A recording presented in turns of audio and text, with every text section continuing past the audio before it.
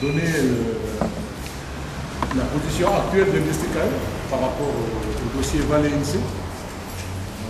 Un dossier que la presse a déjà suffisamment traité. Et donc jusqu'à présent, l'USTKL n'avait pas encore livré sa position sur le sujet. Tout simplement pour la bonne raison que, bien entendu, nous avons eu des entretiens, des camarades des rendez-vous réguliers au niveau des comités d'entreprise, des instances d'entretien du personnel. Et nous-mêmes, nous avons eu un entretien avec le directeur général, M. Antonin Berrier. Donc, on a préféré laisser un petit peu les choses se décanter un petit peu, avoir un petit peu de la visibilité sur la stratégie que qu'entend mener Vallée INSEE pour aujourd'hui, pour pouvoir se permettre aujourd'hui de donner une première position en l'état actuel de la situation. Donc, comme vous le savez, la situation est ainsi présente aujourd'hui, c'est que Vallée a lâché 95% de son actionnariat donc, sur le site. Et aujourd'hui, les problématiques qui se posent avant tout à l'USTKL sont celles, bien entendu, de la préservation de l'emploi, parce qu'on ne sait pas exactement de quoi le nouveau projet que le PDG Antonin Berrier est censé mettre en place va amener. Donc les camarades vont donner un peu plus d'explications en rentrant dans le détail. Nous, ce qu'on peut dire, c'est qu'aujourd'hui, on est sur le périmètre de l'emploi. Le souhait de l'USTKL, c'est que l'impact social en termes de perte d'emploi, de licenciement, soit le moins important, soit le moins impactant possible. Et bien sûr, les camarades expliqueront aussi un petit peu également les incohérences de la stratégie de Vallée aujourd'hui, à savoir notamment procéder déjà à une vague de licenciement, avant même que la nouvelle stratégie se mette en place. Donc pour nous, ça nous paraît un petit peu incohérent de laisser la nouvelle stratégie se mettre en place et ensuite faire les ajustements nécessaires. On peut faire dégraisser avant, ça suppose qu'il y a peut-être des choses qui se cachent derrière. On n'en sait pas encore aujourd'hui ce que ça veut dire. On est aussi sur l'organisation pour avoir une position de l'USTKL sur une question qui est primordiale, à savoir la question des exportations. On est conscient aujourd'hui que les exportations, si elles devaient être confirmées, autorisées par les institutions, ont pour objectif de produire de la trésorerie immédiate pour faire face à des situations conjoncturelles très difficiles. On en est conscient. Mais si une telle stratégie devait se confirmer, nous, on est sur le fait d'un accord mesuré et bien limité dans le temps, pour ne pas non plus bouleverser les équilibres sur ce dossier nickel. Donc, de toute manière, nous, sur ce dossier, la position de l'USTKL sur les exportations sera également réétudiée à la lumière d'un colloque qu'on compte organiser courant deuxième trimestre de 2020. Un colloque où l'ensemble des opérateurs du secteur minier seront invités avec les institutions. Et de ce qui sera dit et de ce qui sera débattu à travers ce colloque, on en tirera également les conclusions pour ensuite arrêter une position de l'USTKL sur ce dossier nickel. Donc voilà un petit peu aujourd'hui où est-ce qu'on en est. Donc, je vais tout de suite passer la main aux camarades qui sont là. Donc M. Léonard Wametou, secrétaire général de la Fédération Mines et Carrières, M. Pascal Koujane, délégué syndical, Antonio Neredou, également responsable, et M. Papico Pascal également à côté, avec le camarade qui est Hélène. Et en particulier aux camarades de la fédération. Et une pensée toute particulière à tous les collègues de Vallée qui sont impactés par la situation annoncée par notre PDG. aller en résumé sur les quelques points essentiels. Les choses ont commencé, comme vous savez, depuis l'année dernière, en fin d'année, où notre PDG a annoncé des points importants concernant le changement de Vallée NC, et en particulier le détachement de Vallée Group, annonce qui a été faite à New York.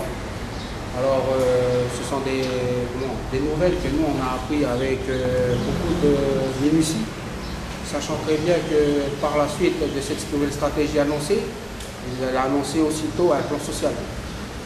Donc, pour nous, en tant que syndicat, qui dit plan social veut dire forcément plan de licenciement.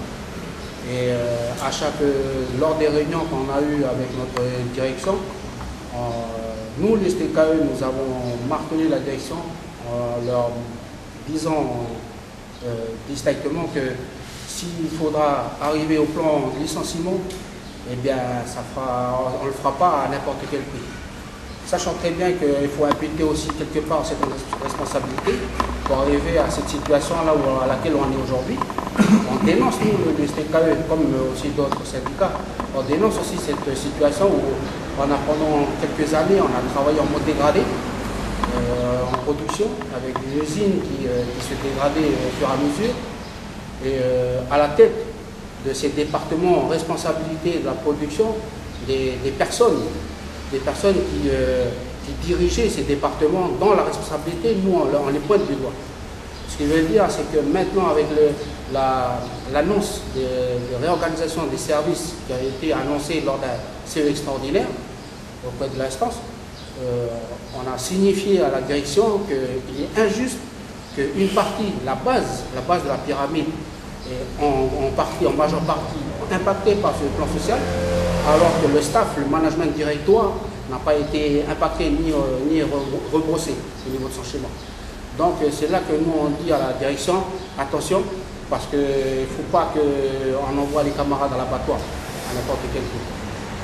Après voilà, on est en cours de discussion, il y a un parcours social qui se fait actuellement.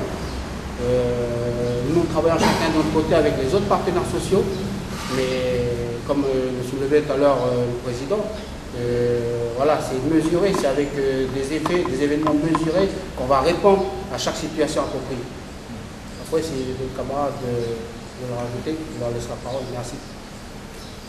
Donc nous, on va sur la réorg, ok, s'il change toute la direction. Il faut parler clair, c'est ça.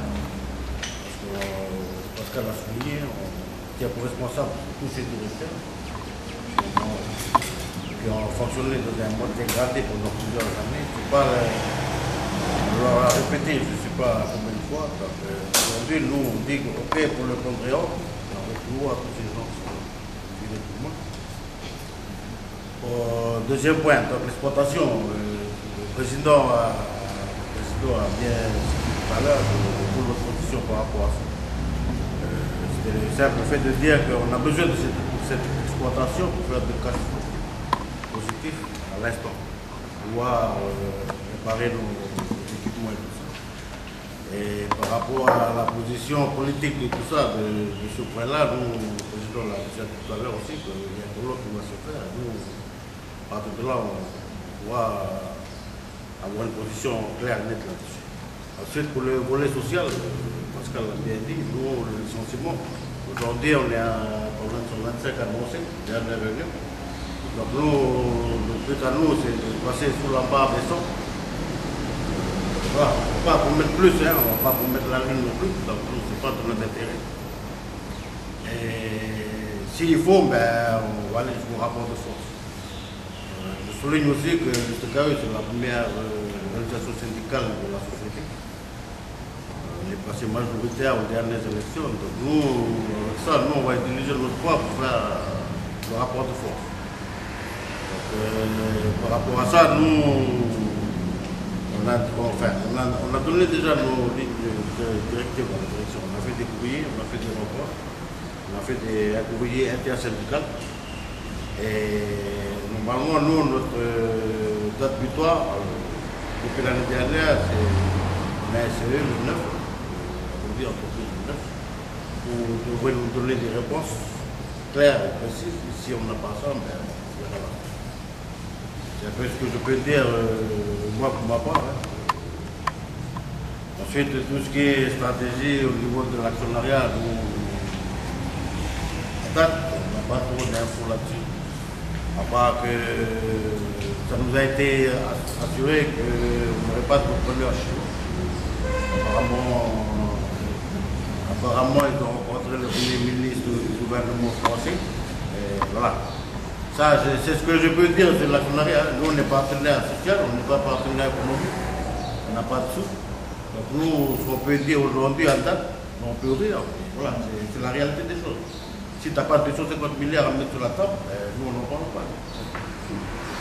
Voilà, c'est ce que je pouvais dire pour ma part. Je crois que c'est Patrick qui va... Alors, le NHE actuellement, elle produit à 3%. Voilà, une production qu'on fait actuellement. Et avec cette nouvelle stratégie, le PDG envisage à pousser la production à 30%, sachant qu'il vise le marché des batteries électriques qui commence à monter en puissance de l'ordre de 25 à 30%. Et son idée à lui, sa stratégie en fait, c'est de se positionner d'ici 2 ans sur le marché des batteries. Juste pour aussi souligner que dans le Pacifique, on est, nous, la Nouvelle-Calédonie et la Papouasie, à faire du marché. De France, qui est spécialisé sur les réorganisations. Donc lui, il a mené sa réorg à lui avec les responsables. Les gens qui ne connaissent pas du tout les gars de terrain, qui ne connaissent pas la charge de travail. C'est un peu, aujourd'hui, c'est ça qu'on dit que c'est pas bon, c'est pas une bonne réorganisation, puisque je vais enlever, comme disait mon collègue, là, la base de la pyramide. Ce sont ces gens-là qui travaillent. Pourquoi ils n'ont pas enlevé les têtes?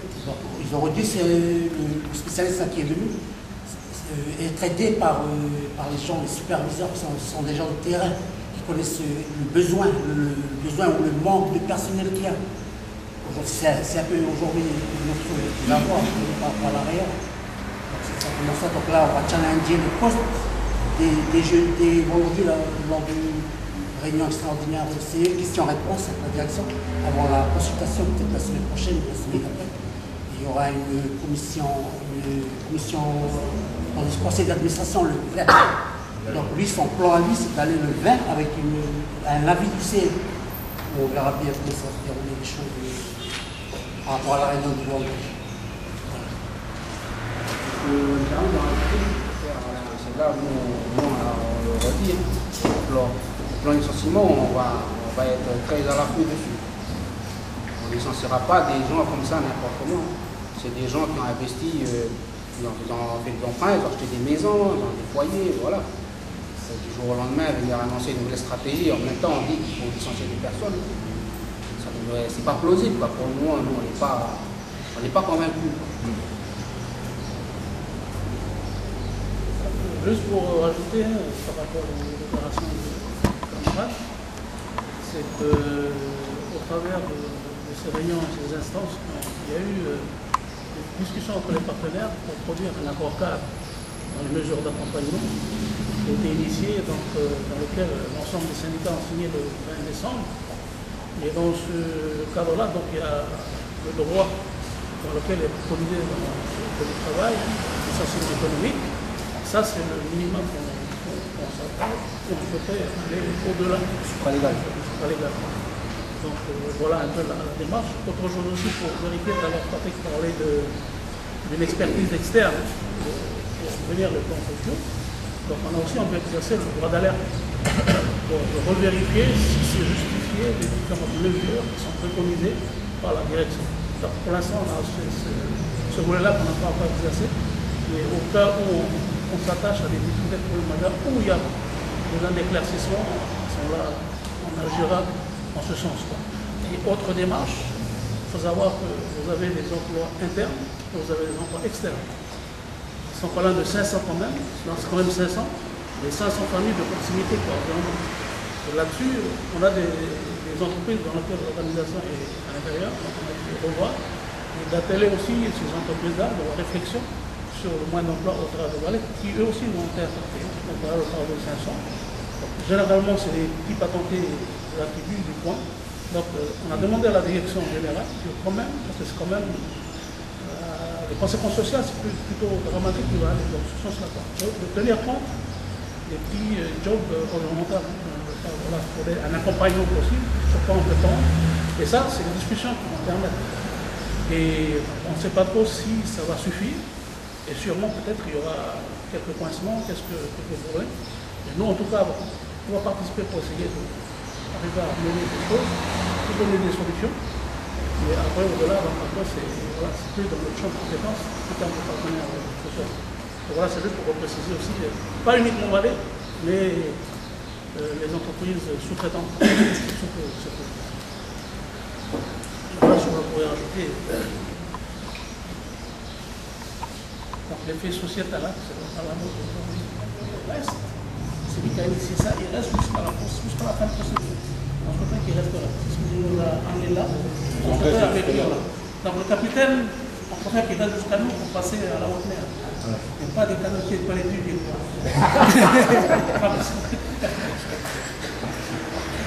Ah, puis ben, sur le mouvement, mais pas d'écouter casser le patron, casser quoi que ce soit. Nous, on est là parce qu'on a envie que ça marche. Et nous, le souci, c'est de mettre les gens, les bons gens à la bonne place. Parce que comme aujourd'hui, ça voulait avec la compétence, on va dire, pas se casser le mot. Si on a eu des déboires au niveau de la sécurité, de l'économie, de la finance, c'est pas nous, c'est pas du fait des salariés. C'est le directeur qui est là, c'est lui qui définit ta stratégie économique, ta stratégie opérationnelle. C'est lui qui dit faites ça, faites ça, faites ça. Aujourd'hui, si on est comme ça, c'est pas notre fait. C'est là où nous on veut bien. Donc après, si on vient à Dieu sur le mouvement, le retourner, lui, il a les sous pour nous donner pour un an. Ça ne pas être problème. L'actionnaire, on pourra les attendre pendant 6 mois. Nous, on n'est pas dans le truc où il faut casser le truc. Non, nous, on est là parce qu'on veut que les gens, les bons gens soient à la bonne place. Ben, c'est tout. Nous, on veut travailler, on a réussi, on maîtrise le procédé. On a maîtrisé le procédé. On a fait du 4 jours en 2017. On a fait 2 mois. Derrière, il y a eu des directives opérationnelles encore, patati, patata. Boum, on a cassé encore. Aujourd'hui, on veut vider les hommes. Les employés. Il y a un mort. Pas de problème. Le directeur là, voilà, il y a un mort dessous. Ils ont eu des incidents avec la brûlure d'acide et tout, patati, patata. Pendant je ne sais pas combien d'années. Ces gens-là, ils sont toujours là. L'opérateur, il loupe 3 fois le travail, la 4 fois, il est viré. Non, mais là, c'est la réalité, ça c'est la réalité de tous les jours. C'est là où je voulais en venir. Tout à l'heure, vous m'avez poussé à me demander comment l'action va se faire. Non, mais nous, on ne va pas. On a toujours fait comme ça chez Valais. Nous, à l'Australie, on n'a jamais appelé la presse pour là, on réagit aujourd'hui parce que c'est pas pareil que les autres crises qu'on a passées. On a passé des crises, hein. Mais celle-là, c'est pas la même. Donc nous, aujourd'hui, si on dit aussi le mouvement, c'est des garanties pour nous, pour les salariés. Pour les gens qui sont concernés par rapport aux mesures de licenciement. C'est pas plus, c'est pas pour toute la merde, voilà. C'est juste pour éclaircir le truc. C'est les vœux de 2020. La réponse de bergère à bergère. On avait 3 produits en compte, le cobalt, le NIO et le NHC. Mais les 2 autres, c'était trop cher par rapport à la société. Pourquoi avoir fermé la raffinerie? C'est la raffinerie nous demandait trop de dépenses par rapport à la production qu'elle avait. Du coup, ça faisait une balance déséquilibre aussi. Du coup, ils ont décidé de supprimer les 2 produits raffinés, c'est-à-dire le cobalt et le NIO, et ils sont pour se concentrer sur le NHC. Le NHC, il veut dire c'est un hydroxyde de nickel, avec beaucoup plus d'impureté, puisque le produit n'est pas raffiné, c'est un produit intermédiaire. Donc, qui dit produit intermédiaire, dit produit beaucoup plus bas à l'avant. Il est monté, beaucoup plus bas à l'avant. La production est nickel. On tourne en ce moment avec Africaband, si je ne me trompe pas. Et là, on doit rajouter rajouté 2 ans. Voilà.